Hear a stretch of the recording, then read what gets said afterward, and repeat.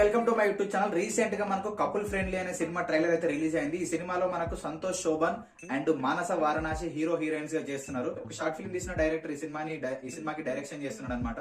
So director name వచ్చేసి మనకు Ashwin Chandrasekhar. So ఈ సినిమా ట్రైలర్ చూస్తున్నంత సేపు అయితే లిటరల్ గా తెలుగు నుంచి కూడా మళ్ళొక మంచి సినిమా రాబోతుంది. Feel good love story.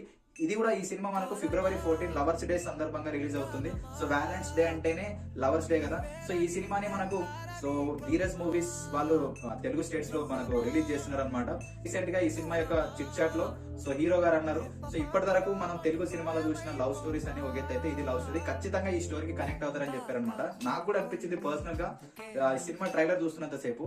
Job కోసము సో నెల్లూరు నుంచి చిత్తూరు నుంచి వెళ్లి చెన్నైలో జాబ్ కోసం వెళ్ళిన ఇద్దరు మన తెలుగు అమ్మాయి అబ్బాయి వాళ్ళిద్దరు లవ్ లో పడి వాళ్ళిద్దరు కొన్ని అనుకోని కారణాల వల్ల ఒకటే రూమ్ షేర్ చేసుకొని సో ఫ్రెండ్ విత్ బెనిఫిట్స్ అనే కాన్సెప్ట్ ఉంటుంది కదా, దాన్నే కపుల్ ఫ్రెండ్లీ అనే కాన్సెప్ట్ తో తీసుకొస్తున్నారు అనమాట.